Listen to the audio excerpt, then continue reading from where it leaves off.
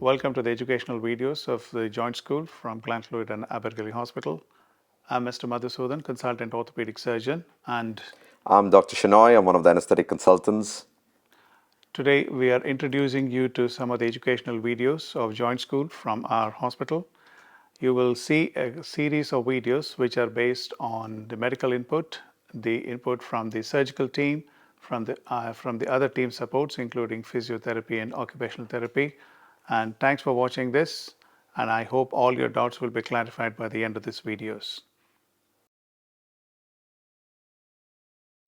Let us look at the surgical aspect of hip and knee replacements from the Joint School perspective. And in the next set of slides, you will see what is expected of you and what exactly is going to happen on the day of surgery.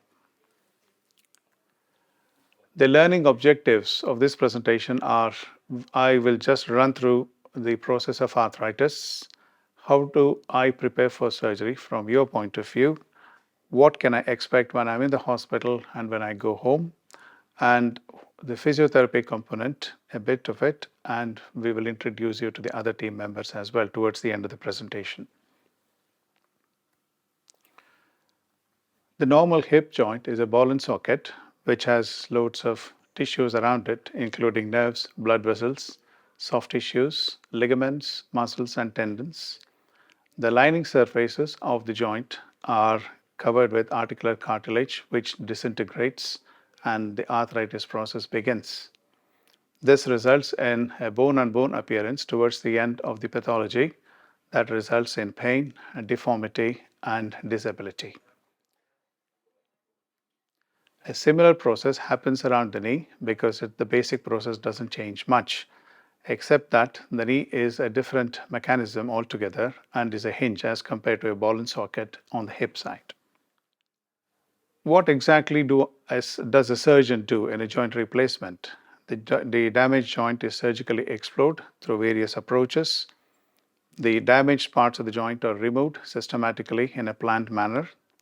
An artificial joint is inserted, which is made of metal and plastic, and the wound is closed, cleaned, and dressed. This is a slide which will tell you exactly what an arthritic hip looks like and what are the various components that we are using.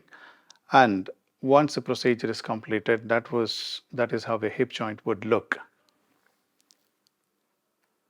As opposed to a hip, in a knee, the metal bits are clipped onto the ends of the bone and glued with the help of a substance called bone cement, and a plastic is inserted between the two metal bits, which will function as the joint.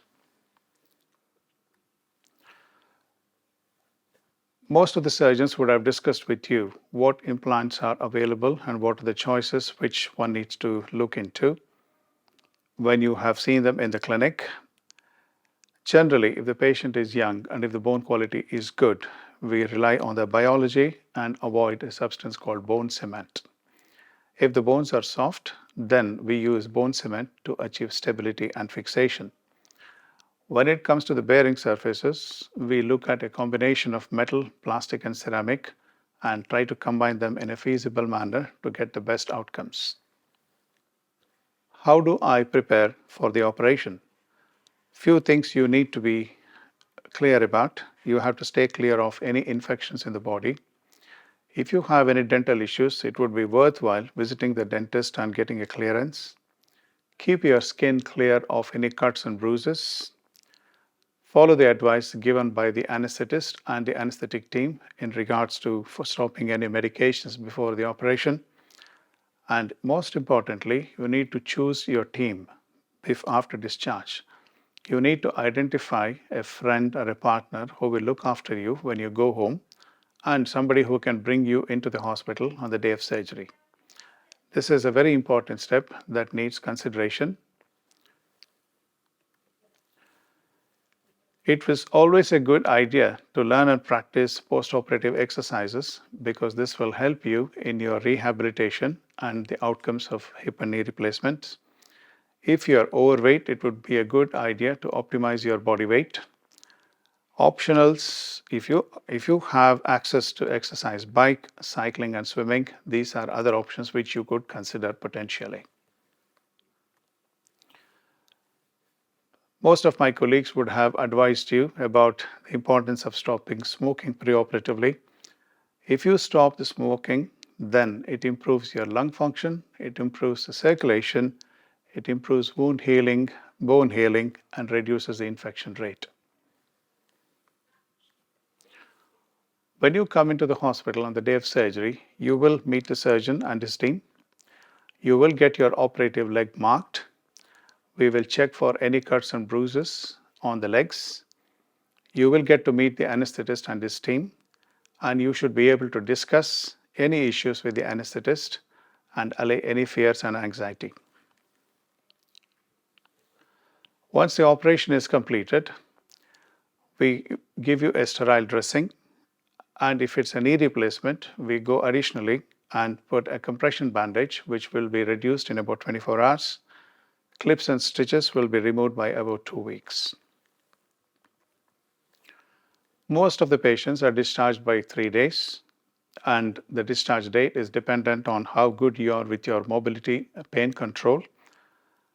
Most of the patients are discharged to home, and some of them may need additional support if they have social issues and if they have other medical issues as well.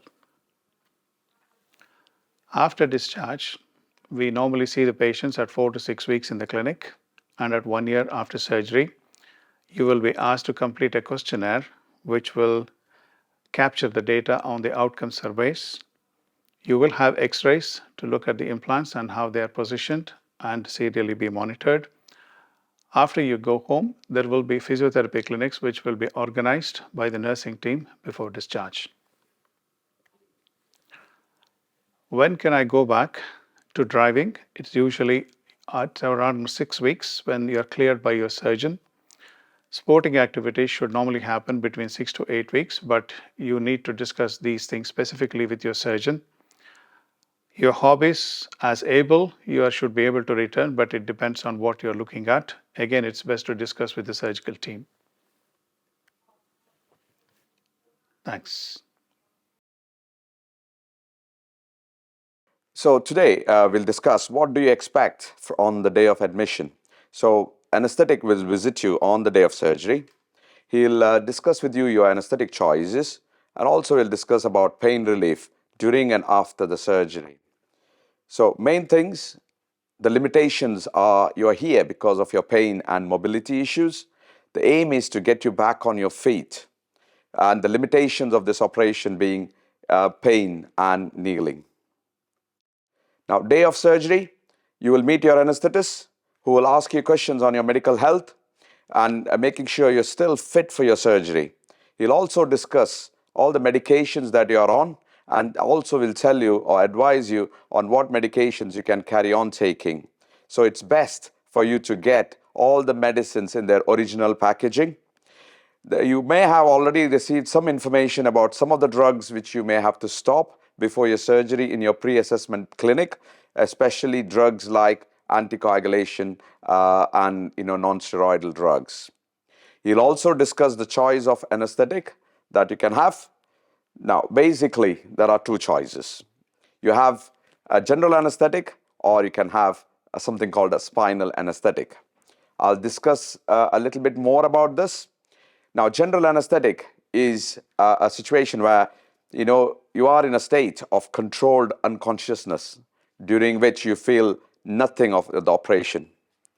Now, the advantage of this is that you are unconscious during the operation, but there's a lot of things which we have to do as anesthetists during a general anesthetic. So you'll have drugs to keep you asleep. You'll have drugs to make sure that you are pain-free during the operation. We'll have to control your ventilation or breathing during the operation. Towards the end of the operation, we'll have to give you drugs to wake you up. Now, all these drugs can make you feel a bit sick and tired when you wake up. Even though sickness can be treated with drugs, you can also have a little bit of a sore throat, because of the tube that we put in through your throat to help you breathe. Now, both of these can delay recovery. Now, the other option is the spinal anesthetic. It is the preferred choice for this procedure. What it involves is an injection in the back, which makes you go numb below your waistline, so you don't feel anything during the operation. Now, you can either stay awake during the operation, or if you prefer to have some sedation, you can have sedation and you can sleep during the operation.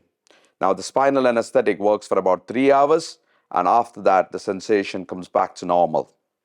Now, for the spinal anesthetic, it can be done either by you sitting up with an arched back position or in lying down position. So the anesthetist will tell you that on the day of the surgery. Now, what is so good about this is that you remain in full control of your breathing, and you breathe better in the first few hours after the operation. From what we have seen, from all the cases we have done so far, people who have had spinal do much better compared to people having a general anesthetic. Even though, there are a few disadvantages. You have a heavy feeling of your legs, and that lasts for about 3 hours, and sometimes a couple of hours after the operation, but it comes back to normal. Some people have difficulty passing urine after having a spinal, but that can be treated. Some people may require a catheter. Now, there is chances of you getting a little bit of a headache, and nerve damage, which is very, very rare. Now, the anesthetist will recommend a particular type of anesthetic based on your medical and your health issues. Now, the choice is ultimately yours. It is a good time when the anesthetist comes to see you is to ask all your questions and also tell the anesthetist about the worries that you have about anesthetic. There is a small chance that there may be a delay in your operation. It can happen, normally happens at an earlier stage because they would have identified something wrong with your health, which could be corrected, or it could happen on the day of the surgery if your health, if there is a reason that your health could be improved, or more tests may be required, or there may be a high risk that you may need more time to think about. But as I said, it very rarely happens. So let's talk about pain relief after surgery. Now, knee and hip operations are painful operations, but we do a lot of things to help you manage that pain. It could be done with non-tablets or non-drug therapy, like just positioning your leg a little better will help you with your pain relief. We could apply ice packs on these wounds to help you soothe in the pain, or most of the times it's psychological. If you think you are in pain or you will be in pain, you will be in pain. So it is better to prepare yourself, mentally and physically, saying you will be able to do it. So you could have some drugs like morphine or fentanyl, which will help you with your pain relief. You will have some oral tablets like, Oxycontin, which could help you with your pain relief. Also, the surgeon could inject local anesthetics. You'll also have your regular medication, which could be a paracetamol.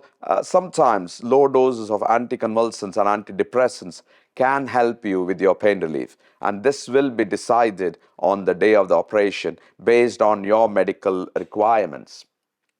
Now, how we manage pain is something called an analgesic ladder, which means that you will have smaller doses of stronger opioids, and if you need more painkillers, we climb the ladder and we can increase the dosage of the pain requirements. You will have painkillers regularly, which the nurses will give you every 6th hourly.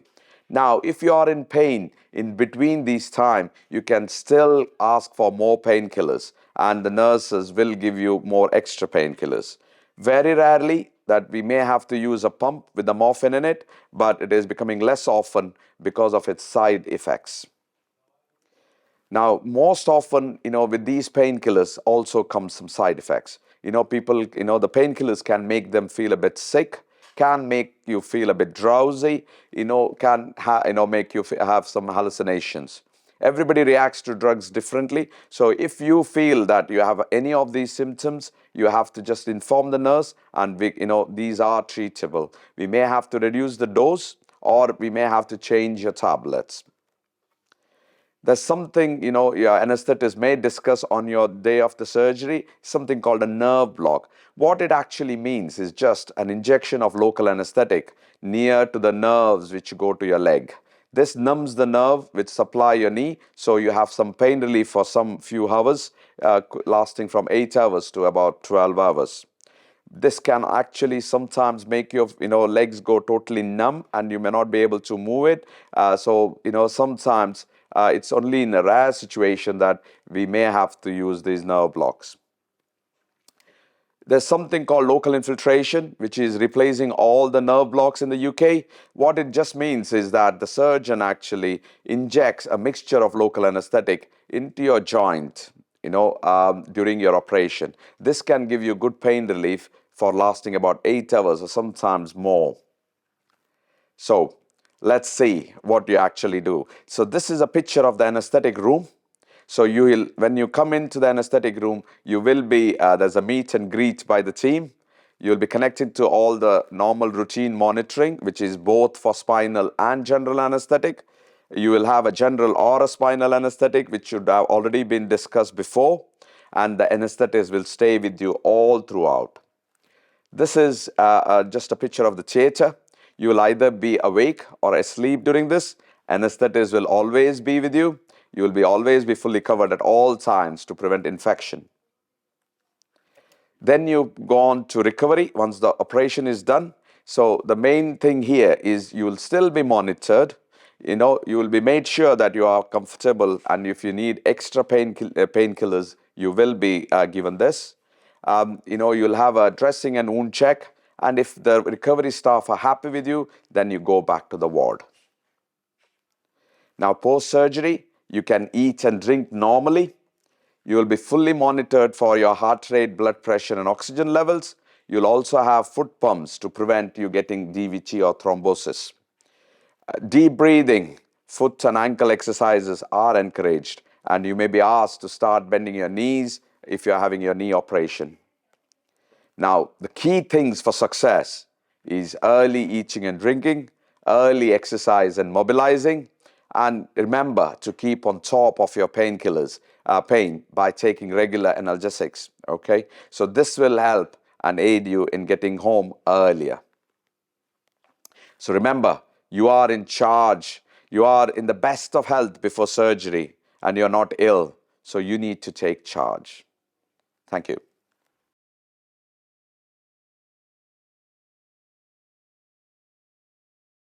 Welcome to the nursing element of Joint School for Abergele, Ward 6. What can you expect from today? You will gain knowledge about rapid recovery, a step-by-step information about your stay on Ward 6 in Abergele. You are in charge of your operation.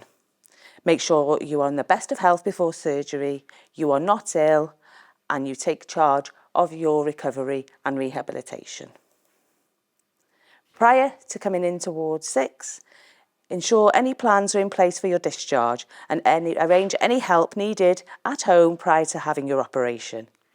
Please have enough day clothes for 3 days, as you will be having physiotherapy and assessments for walking, washing and dressing. On the day of arrival to Ward 6 in Abergele Hospital, please bring all your medication, suitable clothing, footwear and toiletries. Please shower or bathe at home the night before admission. Please do not shave the surgical area. You will be asked to put on a theatre gown. Your temperature, blood pressure and breathing rate will be checked. Going to theatre from the ward. The nurse will prepare you for surgery. Dentures, wigs, glasses, hearing aids, etc. can be worn to theatre. These can be removed in the anaesthetic room and given back to you in recovery. Theatre staff will ensure dignity is maintained at all times. Post-operative care when you return to the ward. Your heart rate, blood pressure and oxygen levels will be monitored. Foot pumps will be provided to prevent thrombosis, which is a blood clot. Deep breathing, foot and ankle exercises are encouraged post-operatively. You will be expected to walk on the day of surgery or day 1 post-operatively. Toileting post your surgery, passing urine. Early mobilisation to the bathroom post-surgery is essential for your rehabilitation. If you are unable, the nurse will assess the best options for you to access the bathroom. Please tell a member of staff if you feel nauseous or are in pain. You'll be able to start eating and drinking once you're back on the ward. Pain management post-operatively. This will be managed on the ward. Pain relief will be given with the appropriate pain score. This will be assessed and prescribed regularly and for breakthrough pain. During your stay in hospital, 1 to 3 days, physiotherapy will consist of chest maintenance, hip exercises, regaining your mobility. You will be seen regularly by a member of our team, but it is up to you to practice your exercises on your own. On the ward, any drips will be removed, you will be out of bed and dressed in your own clothes. You'll be seen by a physiotherapist, regular observations will be carried out, and you need to inform a member of staff if you are feeling nauseous or are in pain. A blood test and an X-ray will be performed, and then we'll plan for discharge. On the day of your discharge, you will be discharged from hospital when the team are happy with your progress. This will be on day 1, 2 or 3 post-surgery. The nursing staff will ensure you have the correct tablets to take home, and any instructions will be given to you. You will be referred to a practice nurse or district nurse for follow-up care if required. Outpatient appointment will be arranged with the consultant.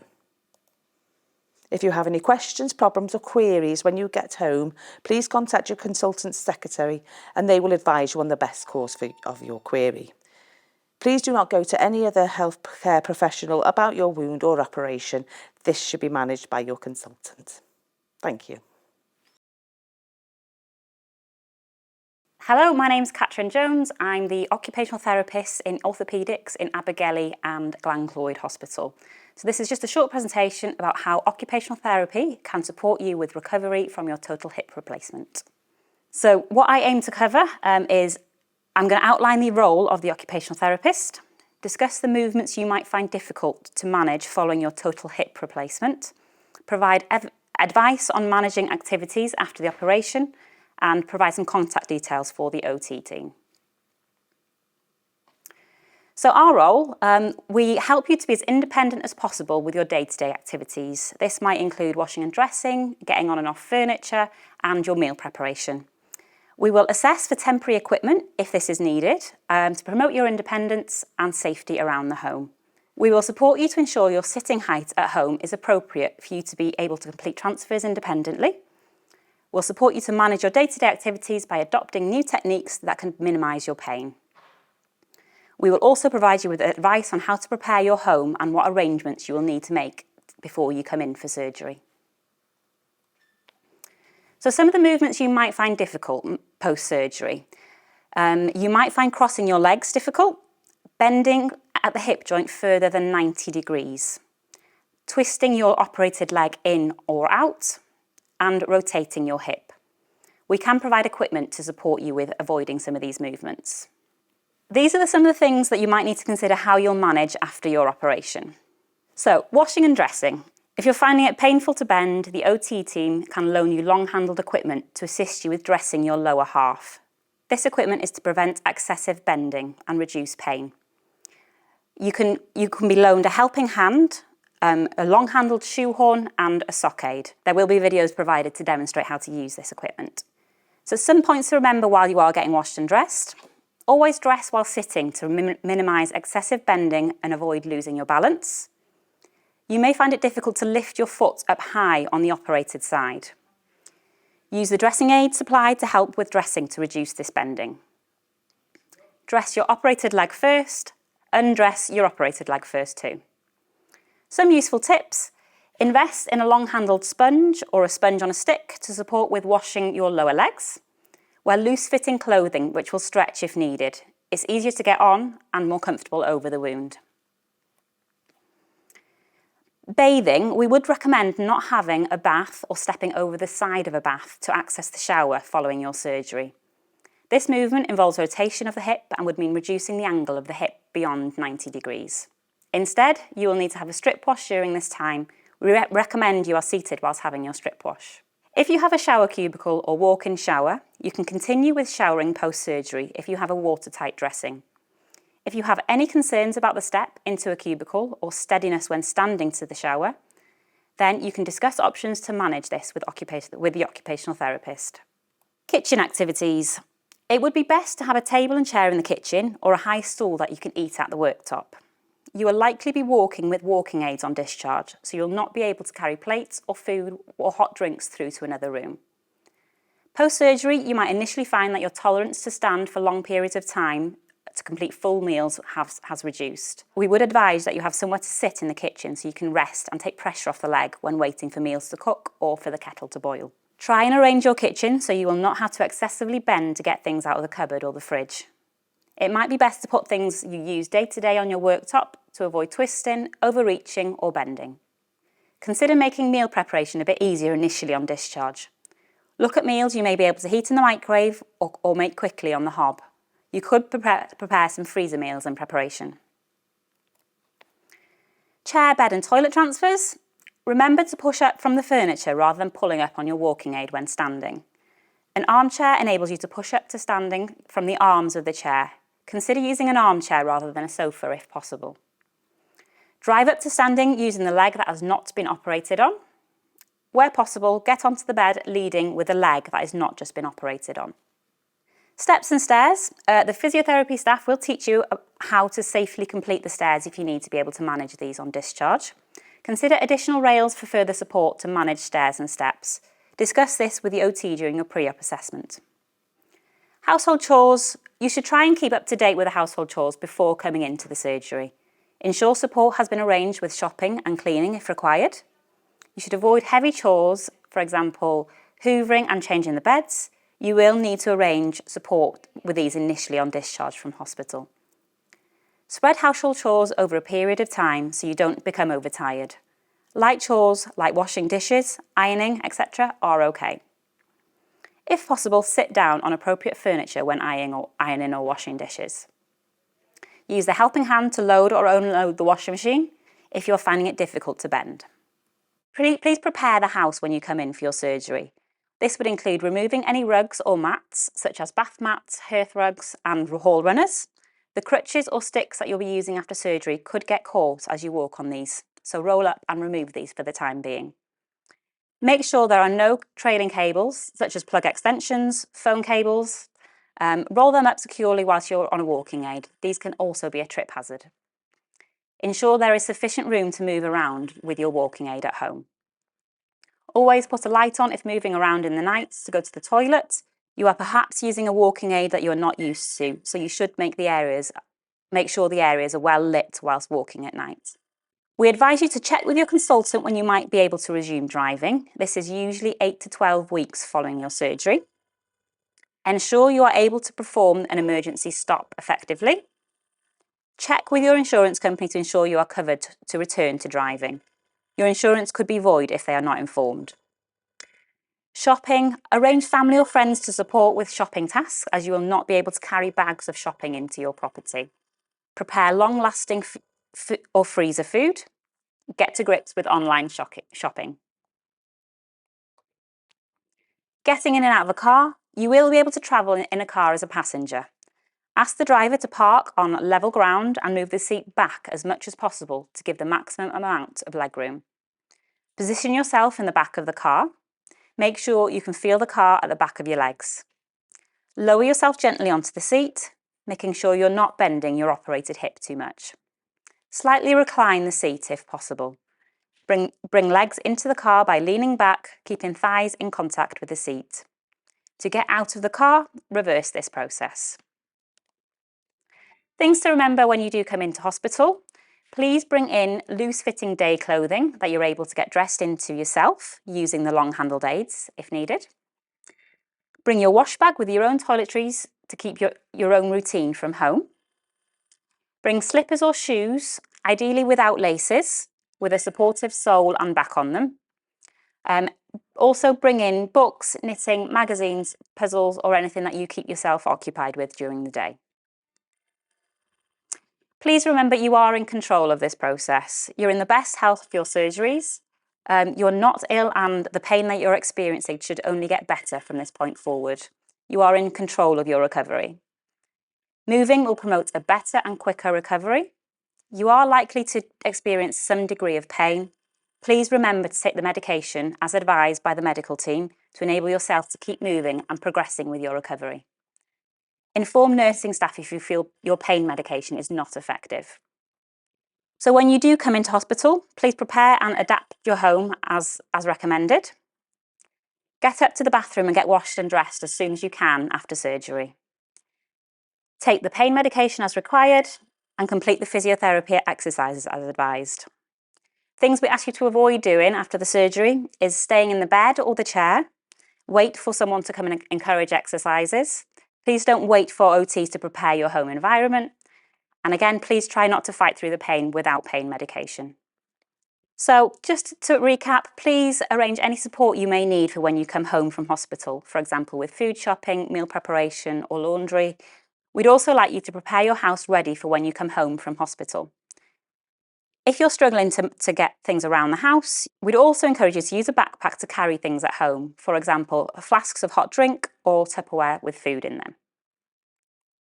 If you do need to contact us, please do not hesitate to contact the OT team with any queries. Call the main office and ask for a member of the orthopaedic OT team on 01745 448 788, extension 6171. Thank you very much. Hi, my name is Beth. I'm one of the physiotherapists at Ysbyty Glan Clwyd, and this is a total hip replacement presentation for you today. So the role of physiotherapy following your hip replacement surgery. So our job is to educate you about your surgery, provide individualised exercise programmes, assess your mobility and provision of appropriate walking aids, and restore your function, your mobility, and basically try and get you home as soon as we can and as independently as we can. So on the day of surgery, we'll be asking you to commence your exercise programme. This is to promote circulation, range of movement and strengthening. We'll be asking you to get out of bed, sit in the chair with the ward staff once you're cleared to be medically fit to do so, and start mobilising with the appropriate walking aids as soon as possible. So during your hospital admission, we'll be looking to assess and progress your mobility with your appropriate walking aids. This might be Zimmer frames, crutches, walking sticks. We'll be continuing to promote your exercise programme. This will develop from basic exercises to start off with, trying to aim to do more higher level stuff regarding balance, stability, strengthening, that will try and replicate things that you do in your day-to-day life. And we'll be practicing the stairs or steps as needed. So if your house has got 17 steps in it, we'll be trying to do that too. So milestones in your recovery. We'll be wanting you to be independent with your walking aid, independent with your bed and chair transfers, independent with your exercise programme, and you're safe negotiating the stairs or the steps. So our top tips. So visiting time might be interrupted by the physiotherapy team. Unfortunately, we can't schedule when we'll be coming to see you, so this may be taking time, unfortunately, during visiting hours. Remember to take regular pain relief. If you know that we're coming to see you first thing in the morning, especially if your first day post-operatively, I'd recommend trying to take it about 30 minutes before we come see you, so as soon as you can in the mornings. Be motivated to continue your exercise and walk regularly as advised by ourselves. So this means even when we're not with you, that you're still trying to carry on doing your exercises and getting up and having a walk with the ward staff. And if you can, begin your hip exercises before you come into hospital. This will give you a really good starting point and you'll be nice and familiar with them by the time you get to going home. Thank you very much. Thank you for watching these short videos. I hope you find it very useful. Rest assured, we are all here to help you through your journey of the surgery. Thank you and best wishes.